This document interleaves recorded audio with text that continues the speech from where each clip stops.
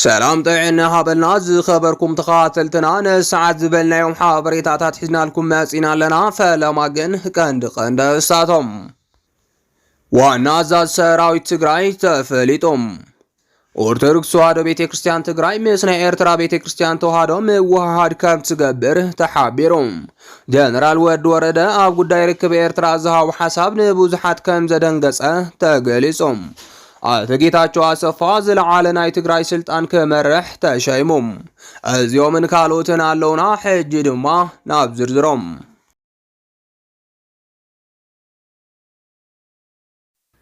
ዋና አዛዥ ሰራዊት ትግራይ ተፈሊጦም ኣብ ልዕሊ ትግራይ ጀኖሳይዳዊ ውግእ ካብ ዝጅምር ግዜ ጀሚሩ ዋና አዛዥ ሰራዊት ትግራይ ኮይኑ ዝመርሕ ዝነበረ ሓደ ጀነራል ታደሰ ወረደ ጥራሕ መንበሩ ይፍለጥ ጀነራል ታደሰ ወረደ ኣብ በረኻ ይኹን ኣብ ስሩዕ መንግስትነት ትግራይ ዋና አዛዥ ሰራዊት ትግራይ ኮይኑ ነቲ ሰራዊት ክመርሕ ምጽንሑ ዝፍለጥ እዮም ሓይልታት ምክልኻል ትግራይ አንጻር ጸላእቲ ዝገብርዎ ዝነበሩ ቃልሲ ስዒቡ ድማ ምስ ካልኦት ብጸቱ ኮይኑ ጀነራል ታደሰ ይመርሖ መንበሩ ኩሉ ዝፈልጦ ሓቂ ምዃኑ ይንገረሎም ብተወሳኺ እውን ኣብ ዝሓለፉ 2 ዓመታት ምክትል ነበር ፕሬዝዳንት ጌታቸው ኮይኑ እንተገልግል ብጠቕላላ ናይቲ ሰራዊት ሓላፊ መንበሩ ይፍለጥ ይኹን እምበር ብርክት ዝበሉ ተጋሩ ኣብቲ ሰላም ጊዜ ብፍላይ ኣብ ግዚያዊ ምሕዳር ኣብ ዝነበረሉ ሰዓት ዝነበሩ ናይ ጸጥታ ጸገማት ክፈትሖም ኣይከኣለን ተባሂሉ ይውቀስ ጀነራል ታደሰ ወረደ ኣብ ልዕሊ ጌታቸው ረዳ ዓመፅ ንኽልዓል ዝለዓለ ኢድ ከም ዝነበሮ ባዕሉ ጌታቸው ዝመስከረ ኮይኑም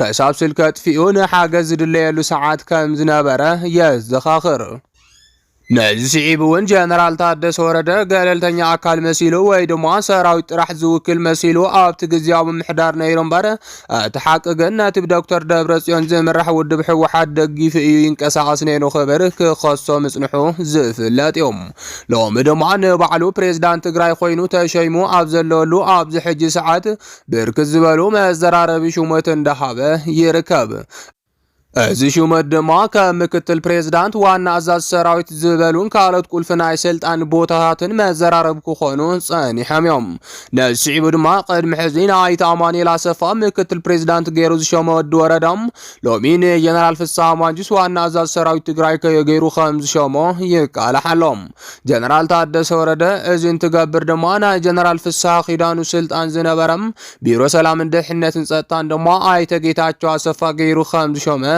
ተሓቢሮም እዚ ድማ ንፌደራል መንግስቲ ድቃስ ዝኸልአ ዜና ከም ዝኾነ እንዳተሓበረ ይርከብ ምክንያቱ ድማ ጀነራል ፍስሓ ማንጁስ ይኹን ኣይተ ጌታቸው ኣሰፋ ኣብቲ ከባቢ ቁልፍ ግደ እንዳተፃወቱን ምስ ሻዕብያ ርክብ ይገብሩ ኣለው ተባሂሎም ክሕመይን ካብ ዝፀንሑ ኣመራርሓ ሕወሓት እቶም ገሊኦም እዮም ይኹን እምበር እዞም ኣመራርሓ ኣብዚ ሕጂ ሰዓት ዋና ቁልፊ ስልጣን ትግራይ መሓዘም ስዒቦም ፕሮጀክት ትግራይ ምጥፋእ ዝብል ናይ ኣብይ እኩይ ተግባር ደው ከም ዘብልዎ ስለዝፍለጥ ነስዒቡ ድማ ጀነራል ታደሰ ወረደ ካብ ልቢ ኣብይ ኣሕመድ ክርሕቕ ዝገበረ ክስተት ተባሂሉ ሓበሬታታት ብስፍሓት ይቃላሕ ምህላው ዳተገለጸ ይርከብ ብተወሳኺ እውን እዚ ምምዕራያት ትግራይ አንጻር ፌደራል ትዳሎላ ተባሂሉ ብብልጽግና ክንክትግምገም ኣኽኢልዋ እዩ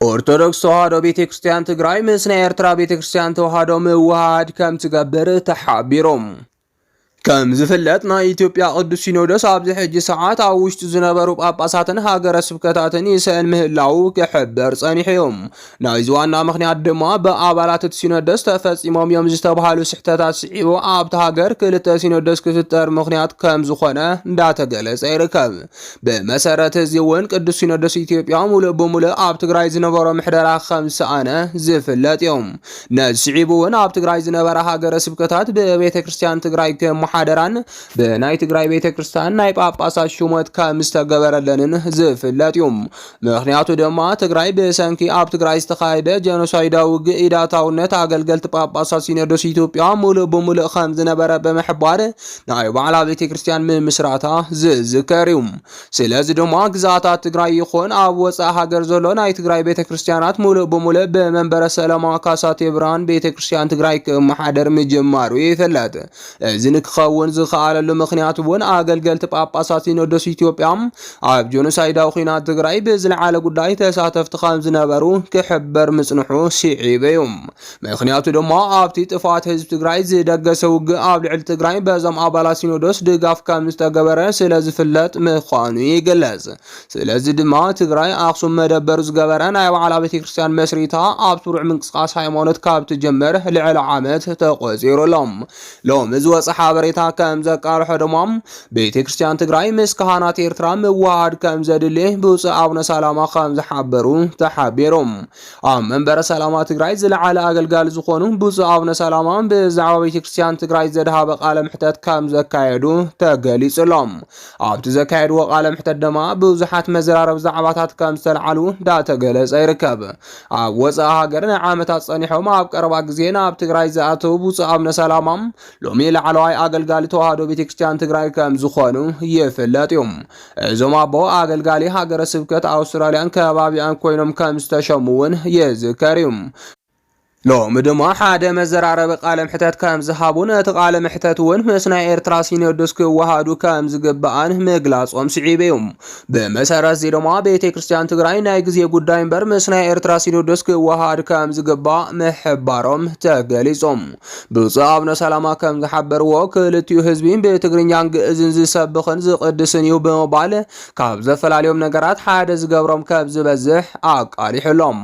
ነስዒብ እውን ምስ ካህናት ትግራይ ይኹን ሲኖዶስ ኤርትራ ናይ ምውሃድ ስራሕቲ ከም ዝህሉን ብፁዕ ኣቡነ ሰላማ ምሕባሮም እንዳተቃልሐ ይርከብ።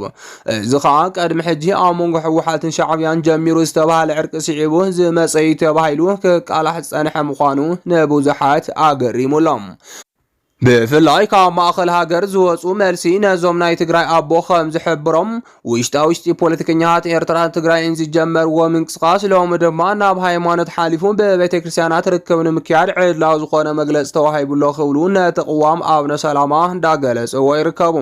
ካልኦት ኣገልገልቲ ናይ ቤተ ክርስቲያን እውን ምስ ዝተፈላለዩ ኣብ ደገና ውሽጢ ዓድን ዘለው ናይ ኤርትራ መንፈሳውያን ውዳበታትን ናይ ሃይማኖት ኣቦታትን ኣብ ሓበራዊ ጉዳያት ተቃሪብና ንክንሰርሕ ተስማዕሚዕና ኣለና ክብሉ ብስፍሓት ዘቃልሑ ዘለው ኮይኖም ጉዳይ ዕርቂ ትግራይን ኤርትራን ናብ ዝለዓለ ደረጃ ዘብፅሐ ስጉምቲ እዩ ክብሉ እንዳገለጽዎ ይርከቡ።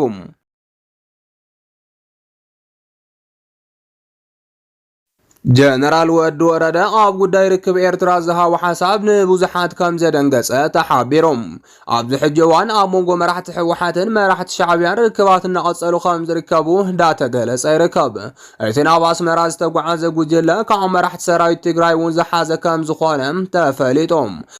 በመሰረት እቲ ዝተረኸበ ሓበሬታ ልፍዓት ተስፋ ካብ መንቃሕቲ ማሕበራዊ ሚድያም ጌታቸው ወልደ ገብርኤል ወይ ድማ ጥጃ ካብ ሰራዊት ትግራይን ካልኦት ንግዚኡ ሽሞም ዘይተፈልጡ መራሕትን ዘጠቓለለ ከም ዝኾነ ተገሊጾም።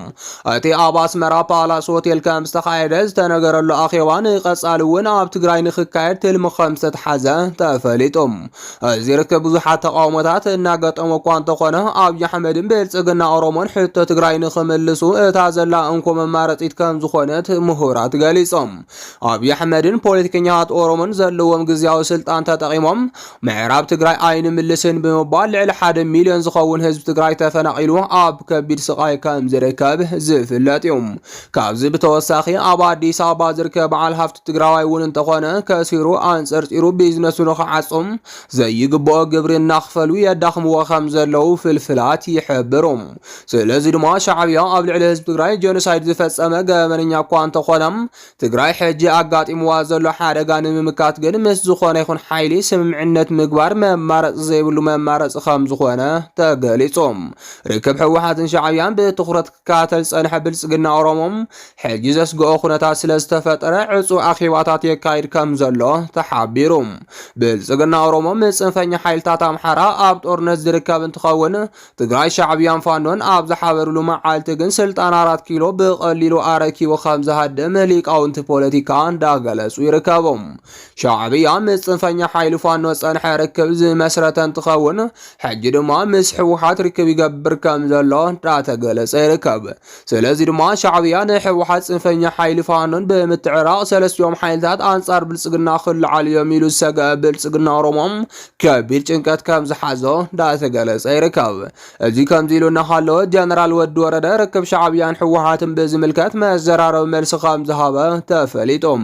ካብ ፍልፍላትና ዝተረኸበ ሓበሬታ ከም ዝገልጾም ጀነራል ወዲ ወረደ ብዛዕባ እቲ ናብ ኣስመራ ዝተጓዓዘ ጉጅለ ኣፍልጦ ከም ዘይብሉን ዝርዝር ሓበሬታ ንምርካብ እውን ዘጻሪ ኮሚቴ ከም ዘጣየሸን ተሓቢሩሎም።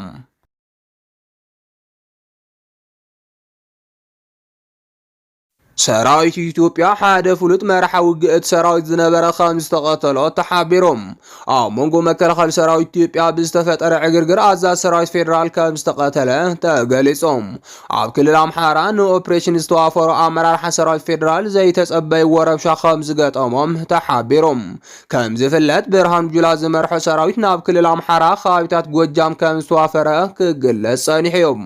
እዚ ብፍሉይ ተልእኾ ናብቲ ከባቢ ዝተዋፈረ ሰራዊት ድማ ካብ ሕድሕድ ዕዝታት ሰራዊት ኢትዮጵያ ተዋፂኦም ንመንግስቲ ብልጽግና ተኣመንቲ ዝኾኑ ወተሃደራት ምዃኖም ይሕበር ኣሎም። በዚ መሰረት እውን ብቐጥታ ትእዛዝ ብርሃኑ ጁላ ከም ዝምርሑ እንዳተሓበረ ይርከብ። ይኹን እምበር ሎሚ ዝወፀ ካሊእ ሓበሬታ ከም ዘመላኽቶም እዞም ተኣመንቲ መንግስቲ ብልጽግና ኮይኖም ንፍሉይ ተልእኾ ናብ ጎጃም ዝኸዱ ኣመራርሓ ሎሚ ነንባዕሎም ተኹሲ ከም ዝኸፈቱም ተገሊጹሎም። ናይ ዝተኹሲ ዋና ምኽንያት ድማ ነቲ ኦፕሬሽን ዘይድግፎ ኣመራርሓ እቲ ሰራዊት ከም ዝተረኸቡ ምቅልሑ ስዒበዮም። በዚ መሰረት እውን ኣብ ከባቢ መራዊ ዝበሃል ቦታ ኣብ ማዓስከሮም ከለው ዝፈጠርዎ ዕግርግር ብዙሓት ኣባላት እቲ ሰራዊት ተቐቲሎም ኣለው። እቲ ንኣብይ ኣሕመድ ዘደንገጸ ክስተት ድማ ምክትል ብርሃኑ ጁላ ኮይኑ ነቲ ሰራዊት ዝመርሕ ዝነበረ ጀነራል ምቕታሉ ስዒቡ እዮም። በቲ ዝተፈጠረ ዕግርግር ዝተቐተለ እዚ ጀነራል ድማ ሚስጥር ከይወፅእ ተባሂሉ ብቐጥታ ናብ ኣዲስ ኣበባ ከም ዝተወሰደ ተሓቢሩሎም። መንነቱ ክፍለጥ ዘይደለየ ኣመራርሓ ብልጽግና ድማ እቲ ኣዛዝ ጀነራል ተወቂዑ ሕክምና ብምውዳእ ናይ መሪሕነት ለውጢ ተገይሩሉ ናብ ካሊእ ከም ዝተበደበ ሲሎም ነቲ ሰራዊት ከም ዝሓበሩሎም ተገሊጹሎም። እቲ ሓቂ ግን እዚ ሽሙ ዘይተጠቐሰ ኣብ ትሕቲ ብርሃኑ ጁላ ኮይኑ ሰራዊቱ ዝመርሕ ዝነበረ ኣዛዝ ጀነራል ኢትዮጵያ ብስውር ረይስኡ ናብ ኣዲስ ኣበባ ከም ዝተወሰደ ንምፍላጥ ተኻኢሎም።